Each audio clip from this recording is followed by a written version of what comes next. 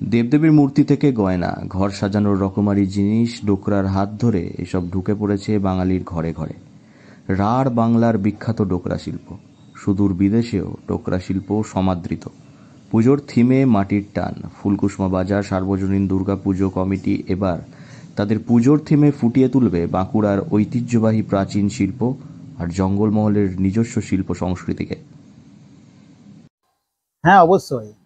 আমাদের ফুলকুসমা বাজার সার্বজনীন দুর্গোৎসব কমিটির যে প্রতিমা, আমাদের কোমরটলির প্রতিমা এখানে আসে। এবছর নতুন চমক থাকবে আমাদের প্রতিমার মধ্যে। ঠিক আছে, আমরা আমাদের যে এই পুজো মণ্ডপ আমাদের থিম আকারে আমরা করি, যে থিমের মধ্যে আমাদের জঙ্গলমহলের, বিশেষ করে বাঁকুড়া জেলার বিভিন্ন ধরনের কারুকার্য এই থিমের মধ্যে ফুটে উঠেছে। প্রতিমা সজ্জাতেও থাকছে চমক। সময়ের সঙ্গে সঙ্গে এই কুটির শিল্পের বিবর্তনও ঘটেছে। বাঁকুড়ার ডোকরা শিল্পকে তুলে ধরল ফুলকুসমা বাজার সার্বজনীন দুর্গাপুজো কমিটি।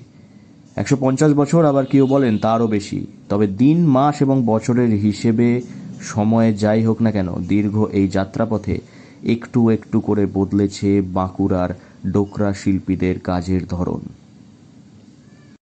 আপনার বিঘ্না, বিষ্ণুপুর এবং জঙ্গলমহলের বিভিন্ন প্রতিভাবান শিল্পীদের যে হাতের কারুকার্য, সেই কারুকার্যগুলো আমরা এই থিমের মধ্যে তুলে ধরেছি। আমাদের বাজেটটা মোটামুটি 20 থেকে 22 লক্ষ টাকা। এক সময় যেখানে লক্ষ্মীর ভাঁড়, চাল মাপার পাই কিংবা হাতি, ঘোড়া এবং দেবদেবীর মূর্তি তৈরির কাজের মধ্যেই সীমাবদ্ধ ছিল, আজ তার পরিধি অনেক বেড়েছে।